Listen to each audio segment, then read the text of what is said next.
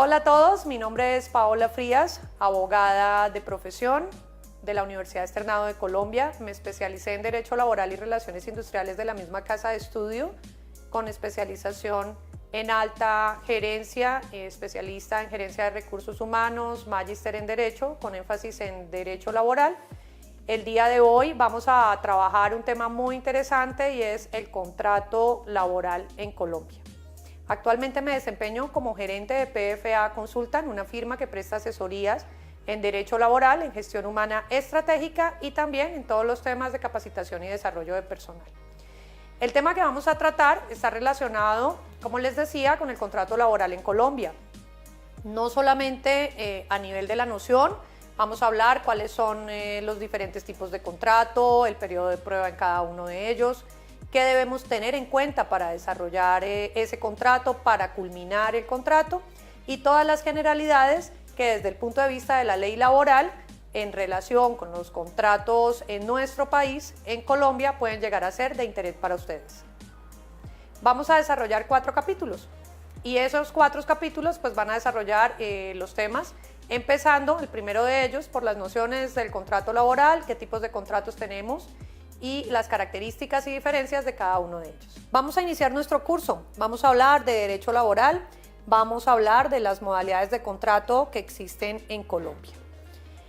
El Código Sustantivo del Trabajo, en su artículo 22, nos trae una definición y en esa definición nos dice qué es ese contrato laboral, cuáles son los elementos, cuáles son las partes que en este tipo de contratos intervienen. En ese artículo nosotros podemos encontrar no solamente qué es un contrato laboral, también podemos evidenciar en ese artículo cuáles son las partes y cuáles son los elementos esenciales de un contrato laboral, antes de que empecemos a hablar de las diferentes modalidades que existen. El contrato laboral es aquel por el cual una persona natural se obliga con una persona que puede ser natural o jurídica. Entonces fíjense que ahí hay que tener en cuenta que si bien es cierto, el trabajador puede ser persona natural, el empleador no necesariamente debe ser persona natural, puede ser persona natural o puede ser persona jurídica. De ese artículo y de lo que les acabo de decir, pues ya podemos identificar cuáles son las dos partes. Esta persona natural se va a llamar empleado y la persona natural o jurídica pues se va a llamar empleador. Básicamente esta persona natural se obliga con esta persona natural o jurídica a prestar un servicio y ese servicio debe ser personal y ahí empezamos a ver uno de los elementos del contrato de trabajo. Que ese contrato, cuando hablamos de contrato laboral en nuestro país, exige que la persona realice la prestación del servicio y esa prestación del servicio lo hace bajo una continuada dependencia o subordinación y cuando hablamos de subordinación ya estamos hablando del segundo elemento del contrato laboral. Fíjense que ya tenemos una persona natural que está desarrollando una labor, que hace una prestación del servicio, intuito persona, de manera personal lo hace ella directamente bajo una continuada subordinación y ahí tenemos un segundo elemento. Cuando hablamos de subordinación, esta persona natural lo que hace básicamente pues, es cumplir órdenes, cumplir instrucciones y además de eso, a cambio de esa labor que va a desarrollar, pues le van a realizar el pago de una remuneración o de un salario. Y ese es el tercer elemento que el artículo 22 del Código Sustantivo de Trabajo en nuestro país trae como elemento esencial para poder hablar de los contratos laborales. Vamos a ver en esta diapositiva que acabo de ponerles a ustedes acá en la pantalla, van a identificar que el trabajador, pues están las dos partes, que es quien presta el servicio, y el empleador, que es quien lo recibe o remunera el salario, es quien da estas instrucciones de subordinación. ¿Qué quiere decir eso? Que ustedes ya pueden identificar que existen esos 3 elementos. Les reitero cuáles son. Entonces es la actividad personal del trabajador, la continua subordinación o dependencia y en tercer lugar el salario como remuneración. Cuando nosotros hablamos de estos 3 elementos podemos hablar de un contrato laboral. Se preguntarán ustedes qué es eso de la subordinación y el mismo código, el Código Sustantivo del Trabajo en el artículo 23 nos dice a nosotros que es una facultad y esa facultad ¿quién la tiene? La tiene el empleador. Recuerden que hace un rato les decía que ese empleador es esa persona natural o jurídica para quien esa persona natural, que es el empleado, está prestando servicios, ¿verdad? Ese empleador tiene facultad ¿de qué? Tiene facultad de imponer reglamentos, de sancionar incumplimientos, tiene poder de dar esas instrucciones, de dar órdenes. ¿Qué quiere decir eso? Que si ese trabajador o esa persona natural que se encuentra subordinada al empleador no cumple con sus labores, no cumple con sus funciones, pues este empleador va a tener la posibilidad seguramente de llamarlo, de realizar un proceso de descargos, de decirle que no está haciendo las cosas de una manera adecuada y en determinado momento podría incluso llegar a generar una sanción por el incumplimiento a esas obligaciones que esta persona suscribió en el contrato laboral. ¿Qué tipo de instrucciones o esa facultad de la que hablamos cuando hablamos de la subordinación puede llegar a dar ese empleador? Pues básicamente estamos hablando de dar instrucciones que pueden ser en cualquier momento dentro de la relación laboral de tiempo, de modo, de cantidad de trabajo, dónde va a prestar el servicio, cómo lo debe hacer, cuál es el trabajo que la persona debe realizar y de alguna manera indicarle, digamos, cómo desarrollar esa fuerza de trabajo de acuerdo a lo que él requiere como empresa o como empleador. Entonces, ya que sabemos qué es el contrato laboral, sabemos cuáles son las partes y tenemos ya claro cuáles son los elementos y hemos hablado un poco del concepto de subordinación, también es importante que tengamos en cuenta que la subordinación tiene unos límites. Quiere decir que esa facultad no es una facultad omnipotente en el sentido de que el empleador pueda pedir cualquier cosa que a él se le pueda ocurrir a ese trabajador. Existen unos límites y los límites están en la ley, están en los contratos, están en las mismas convenciones y básicamente hace referencia a que los derechos de ese trabajador que están relacionados con la libertad, con su dignidad, no pueden ser menoscabados.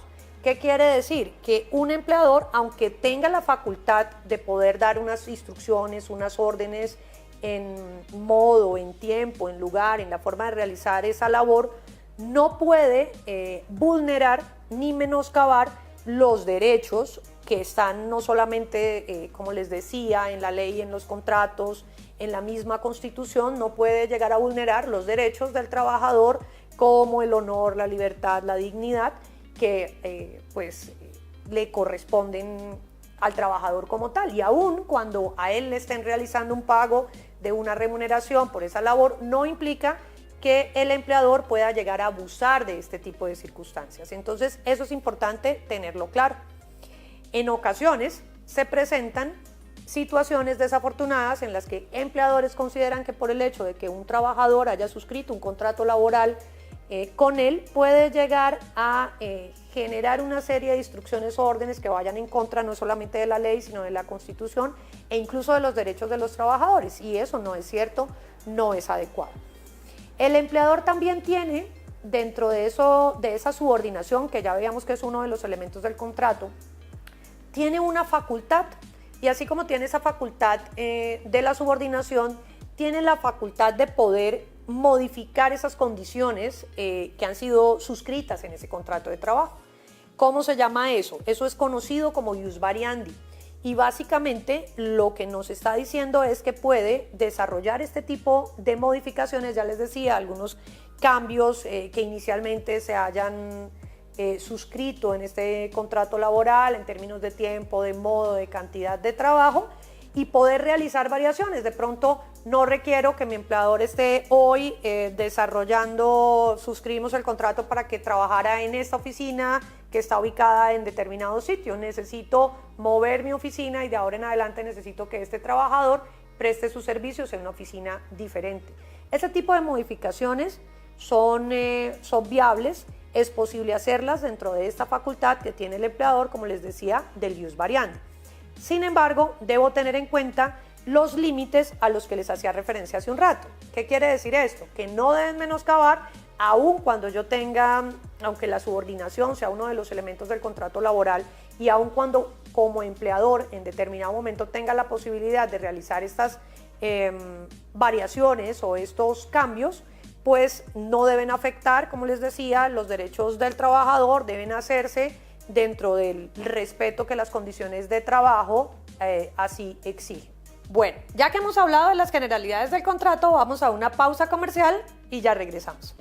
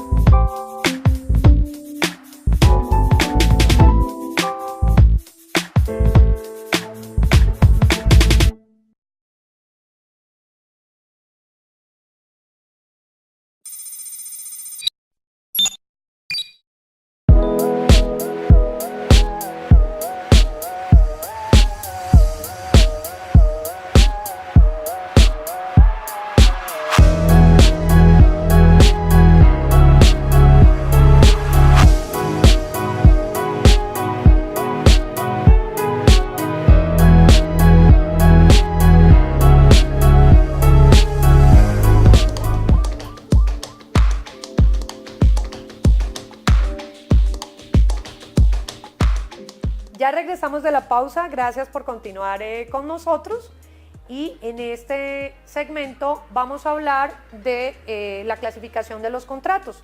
Estábamos hablando hace un rato de los contratos laborales. Ahora quiero que analicemos un poco los contratos laborales desde el punto de vista de la forma. Los encontramos en el Código Sustantivo del Trabajo en los artículos 37 y 38.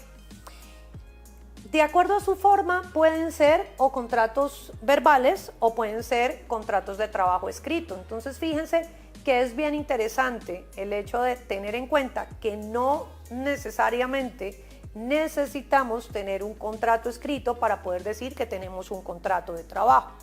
Los contratos verbales tienen igual validez que un contrato escrito.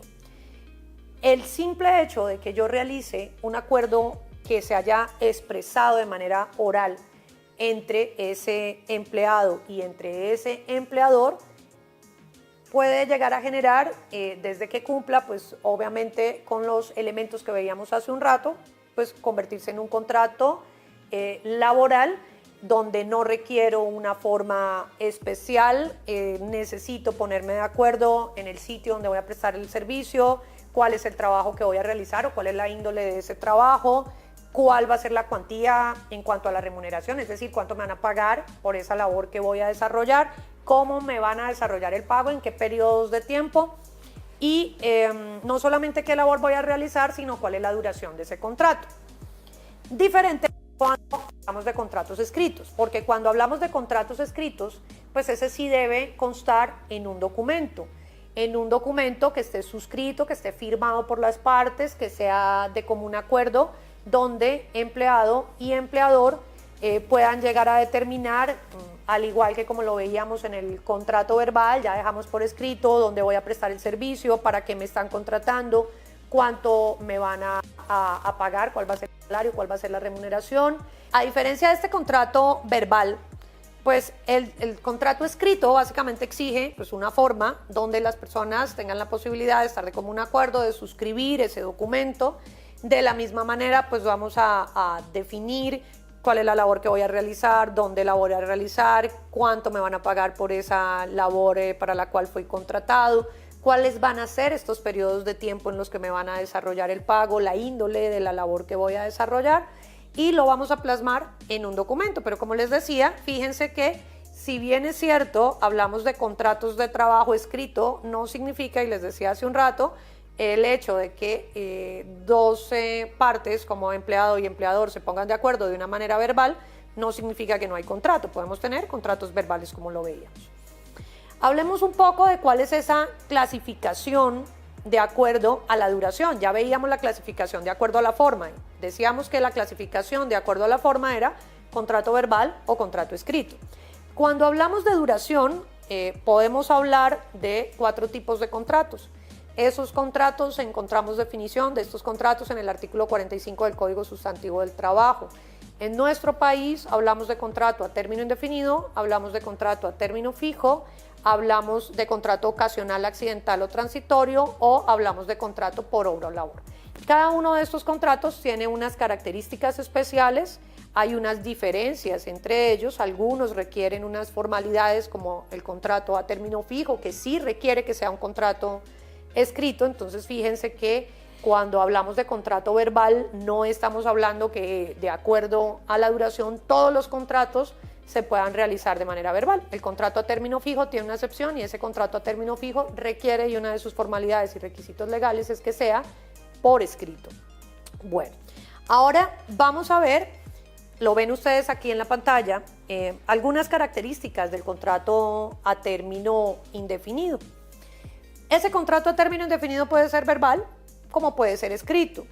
La recomendación es que si ustedes tienen la posibilidad, pues yo siempre sugiero que los contratos se realicen por escrito, porque desde el punto de vista probatorio, pues es mucho más fácil, mucho más sencillo identificar a qué nos comprometimos, cuáles son esas obligaciones de las partes, tanto del empleado como del empleador, cuáles fueron, digamos, el salario que quisimos definir, cuáles fueron los tiempos de pago. ¿Qué vigencia tiene ese contrato a término indefinido? Pues la vigencia que tiene, y como les decía, dentro de esta clasificación de duración, el contrato a término indefinido pues va a tener vigencia mientras subsistan las causas que dieron origen para ese contrato. ¿Qué significa eso? Pues mientras yo requiera que ese empleado desarrolle la labor para la cual fue contratada, pues va a estar vigente el contrato. No hay un límite temporal o condicional, digamos, en el desarrollo, debido a que este contrato no nos dice a nosotros de manera puntual cuándo va a terminar. Por eso, y como su nombre lo indica, pues es a término indefinido, mientras subsistan esas causas que dieron origen. Cuando hablamos de contrato a término indefinido, y les decía que encontrábamos la definición en el artículo 47 del Código Sustantivo del Trabajo,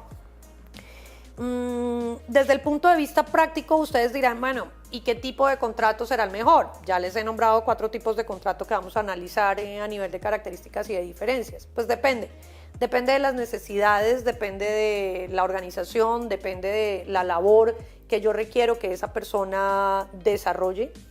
Es muy usual en nuestro país utilizar los contratos a término indefinido cuando hablamos de empleados de dirección, de confianza, de manejo, cuando son trabajadores que van a representar a nuestra empresa o que constituyen la planta básica. Es decir, personas que nosotros sabemos que van a trabajar con nosotros por un periodo, ya sabemos es indefinido, pero no tenemos claro hasta cuándo va, no se ha pactado un tiempo de duración, queremos de alguna manera que estos empleados sigan con nosotros, que tengan una estabilidad, digamos, dentro de la organización, que no tengan una definición específica en cuanto al tiempo. Y pues en estos casos y para este tipo de empleados, pues se puede sugerir que suscriban un contrato desde el punto de un contrato a término indefinido. Les decía hace un rato también que si bien es cierto este contrato a término indefinido podía ser verbal, pues era importante hacerlo en mi criterio, y esto es una posición personal, en la medida de lo posible, pues hacerlo por escrito, porque pues muy seguramente no vamos a tener dudas en relación con lo que finalmente pactaron las partes. Otra modalidad de contrato, de acuerdo a la clasificación que veníamos trabajando, que es la clasificación con base en su duración, es la que se encuentra en el artículo 46 del Código Sustantivo del Trabajo, el contrato a término fijo. En este artículo 46 del Código Sustantivo del Trabajo podemos encontrar algunas características que son importantes que debemos tener en cuenta. El contrato a término fijo, les decía, debe ser necesariamente por escrito. Fíjense que ahí hay una diferencia en relación con el contrato que veíamos antes. Veíamos el contrato a término indefinido y decíamos que ese contrato podía ser verbal o escrito. En el caso del contrato a término fijo, es un contrato que requiere una formalidad, y esa formalidad es que quede un documento que las partes suscriban, es decir, que este contrato quede suscrito y que sea por escrito, como les decía. Adicionalmente, es un contrato que a nivel de duración no puede tener una duración superior a 3 años. Entonces, fíjense que si ustedes están pensando en contratar personas por un tiempo superior, pues esta no va a ser seguramente la modalidad de contrato, salvo que ustedes quieran renovarlo, que también es posible hacerlo, ya lo vamos a ver ahora y vamos a ver que hay unas características especiales en relación con la terminación que vamos a ver en los siguientes capítulos. De todos modos, cuando hablamos de contrato a término fijo, pues tenemos claro cuál es el tiempo que va a durar este contrato, ¿verdad? Ya sabemos que su duración máxima es de 3 años, que debe celebrarse por escrito. Si yo quiero dar por terminado ese contrato, pues es relativamente sencillo en el sentido de que debo avisar 30 días antes de su terminación a ese empleado, donde le voy a indicar que el contrato pues no se va a renovar, que se va a dar por terminado. Puede ser, incluso dentro de estas modalidades, puede ser que yo realice un contrato a término fijo inferior a 1 año o que este contrato lo suscriba entre 1 y 3, respetando lo que les decía en relación con el término máximo. Bueno, como lo hemos visto hasta el momento, hemos hablado de unas generalidades muy básicas. En nuestros siguientes capítulos ya vamos a continuar hablando de este contrato a término fijo, cómo son esas renovaciones, cómo se puede terminar, y en los siguientes capítulos también vamos a hablar qué es eso del periodo de prueba. Bueno, va a estar interesante. Síganos.